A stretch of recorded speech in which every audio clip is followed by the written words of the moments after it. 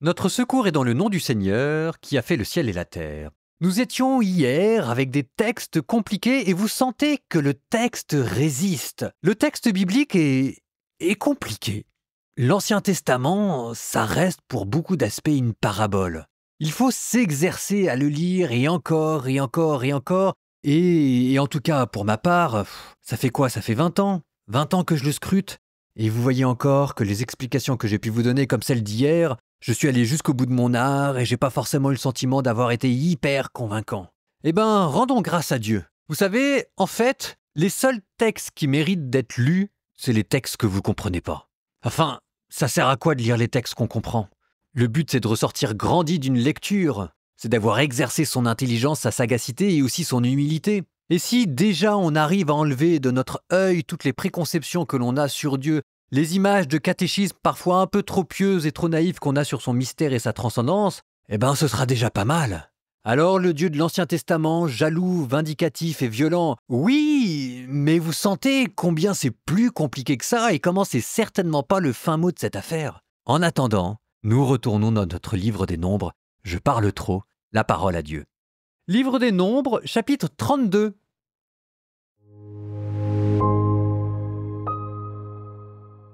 Les fils de Rouben et les fils de Gad possédaient des troupeaux nombreux qui étaient de grande qualité. Ils virent le pays de Yazer et le pays de Galaad, et voici que la région convenait bien pour des troupeaux. Les fils de Gad et les fils de Rouben vinrent donc trouver Moïse, le prêtre Éléazar et les chefs de la communauté, et ils dirent « Atarod, Dibon, Yazer, Nimra, Eshbon, Elalé, Sheban, Nebo, Béon sont des villes faisant partie d'un pays que le Seigneur a frappé devant la communauté d'Israël. Ce pays convient bien pour des troupeaux. Or, tes serviteurs ont des troupeaux. Si nous avons trouvé grâce à tes yeux, ajoutèrent-ils, que ce pays soit donné en propriété à tes serviteurs. Ne nous fais pas passer le Jourdain. » Mais Moïse répondit aux fils de Gad et aux fils de Rouben, « Vos frères partiraient-ils en guerre, et vous resteriez ici ?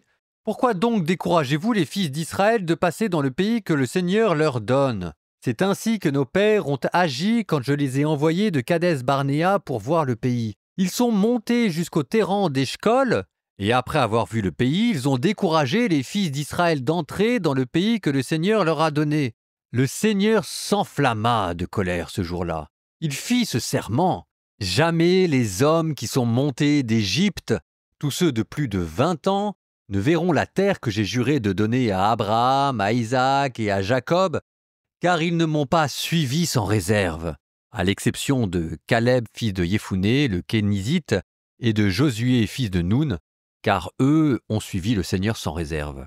Le Seigneur s'est enflammé de colère contre Israël. Il l'a fait errer dans le désert pendant 40 ans, jusqu'à ce que disparaisse toute la génération qui avait fait le mal aux yeux du Seigneur. Et voici que vous, engeance de pécheurs, vous vous insurgez à la suite de vos pères en attisant encore l'ardeur de la colère du Seigneur contre Israël. Si vous vous détournez de lui, le Seigneur prolongera encore le séjour au désert et vous aurez détruit tout ce peuple. S'approchant de Moïse, ils dirent « Nous allons construire ici des parcs à moutons pour nos troupeaux et des villes pour nos petits-enfants. Nous-mêmes, alors, nous prendrons les armes, prêts à marcher à la tête des fils d'Israël jusqu'à ce que nous les ayons fait entrer dans le lieu qui leur est destiné. Nos petits-enfants resteront dans les villes fortifiées où ils seront à l'abri des habitants du pays. Nous ne reviendrons pas dans nos maisons avant que chacun des fils d'Israël ait pris possession de sa part d'héritage, car nous ne posséderons aucune part d'héritage au-delà du Jourdain, ni plus loin, puisque la nôtre se trouve de ce côté-ci, à l'orient du Jourdain. » Moïse leur dit « Si vous faites comme vous le dites, si vous prenez les armes en présence du Seigneur, si tous vos guerriers passent le Jourdain en présence du Seigneur jusqu'à ce qu'il ait dépossédé ses ennemis en les chassant devant lui, et si le pays est conquis en présence du Seigneur avant que vous ne reveniez chez vous, alors vous serez quitte envers le Seigneur et envers Israël, et ce pays-ci vous sera laissé en propriété en présence du Seigneur. Mais si vous n'agissez pas ainsi, alors vous pécherez contre le Seigneur, et sachez-le, votre péché vous rattrapera. Construisez donc des villes pour vos petits-enfants et des parcs pour vos moutons, mais la parole sortie de votre bouche, accomplissez-la. » Les fils de Gad et les fils de Rouben répondirent à Moïse. « Tes serviteurs feront comme mon Seigneur l'a ordonné. Nos petits-enfants et nos femmes, nos troupeaux et tout notre bétail resteront ici, dans les villes de Galaad. Tes serviteurs, tous équipés pour l'armée, passeront en présence du Seigneur pour aller au combat, comme mon Seigneur le dit. » Moïse donna des ordres à leur sujet au prêtre Éléazar, à Josué fils de Noun, et aux chefs de famille des tribus des fils d'Israël. Il leur dit, « Si les fils de Gad et les fils de Rouben passent avec vous le Jourdain, tous armés pour le combat, en présence du Seigneur, et si le pays en face de vous est conquis, alors vous leur donnerez le pays de Galaad en propriété. Mais s'ils ne passent pas en armes avec vous, alors ils n'auront de propriété que parmi vous au pays de Canaan. » Les fils de Gad et les fils de Rouben répondirent, « Ce que le Seigneur a dit à tes serviteurs, oui, nous le ferons. Nous-mêmes, en présence du Seigneur, nous passerons en armes au pays de Canaan, et nous aurons notre propriété, notre part d'héritage de ce côté-ci du Jourdain. » Moïse donna aux fils de Gad et aux fils de Rouben, ainsi qu'à la demi-tribu de Manassé, fils de Joseph, le royaume de Shéon, roi des Amorites, et le royaume de Og, roi de Bashan, soit le pays avec les villes à l'intérieur du territoire et les villes frontalières du pays. Les fils de Gad construisirent Dibon, Ataroth, Aroer, Atroth-Shophan, Yazer Yogboa, Beth Nimra et Beth Haran, des villes fortifiées ainsi que des parcs à moutons.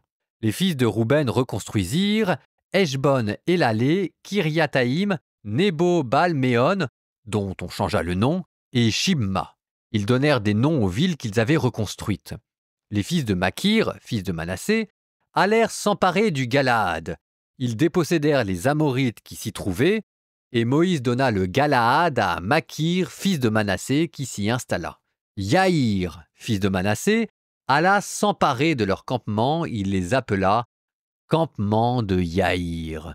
Noba alla s'emparer de Kénath et de ses dépendances, il lui donna son propre nom, Noba.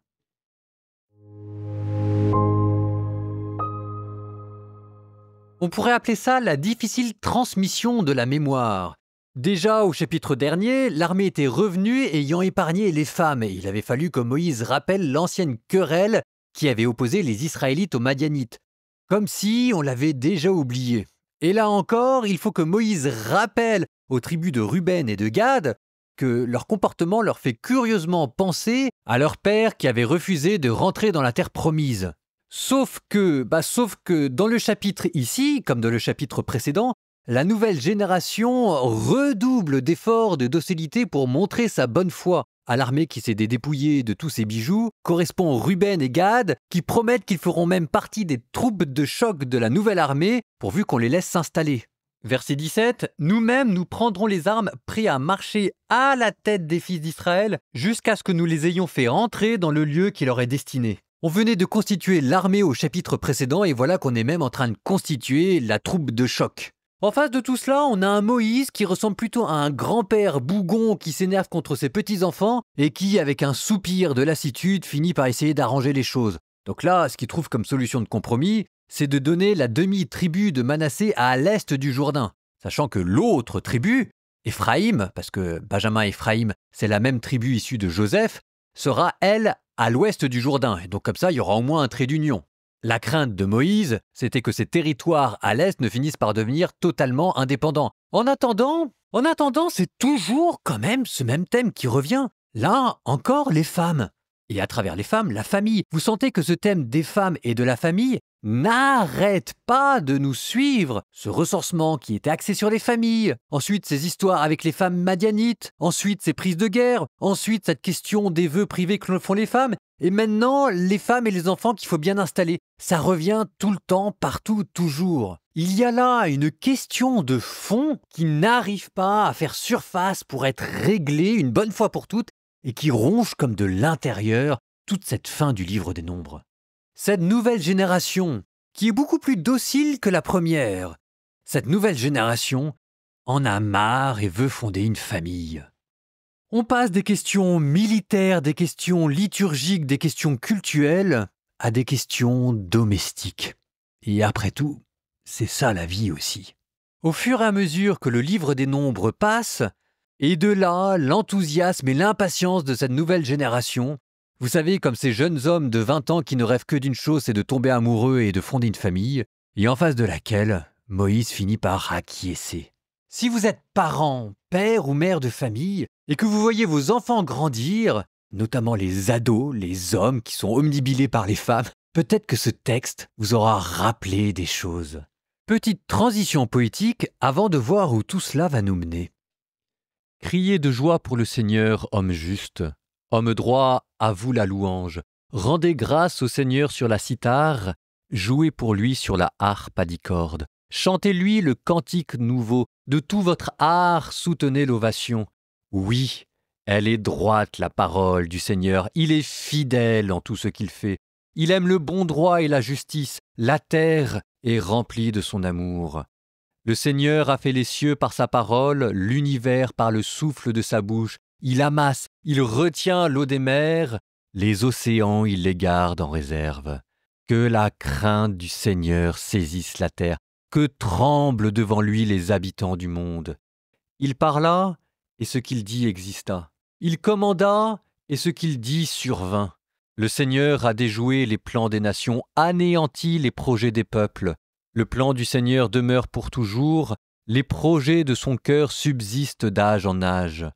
Heureux le peuple dont le Seigneur est le Dieu, heureuse la nation qu'il s'est choisie pour domaine. Du haut des cieux le Seigneur regarde, il voit la race des hommes. Du lieu qu'il habite, il observe tous les habitants de la terre. Lui qui forme le cœur de chacun, qui pénètre toutes leurs actions. Le salut d'un roi n'est pas dans son armée, ni la victoire d'un guerrier dans sa force. Illusion que des chevaux pour la victoire, une armée ne donne pas le salut. Dieu veille sur ceux qui le craignent, qui mettent leur espoir en son amour pour les délivrer de la mort, les garder en vie au jour de famine. Nous attendons notre vie du Seigneur. Il est pour nous un appui, un bouclier. La joie de notre cœur vient de lui. Notre confiance est dans son nom très saint.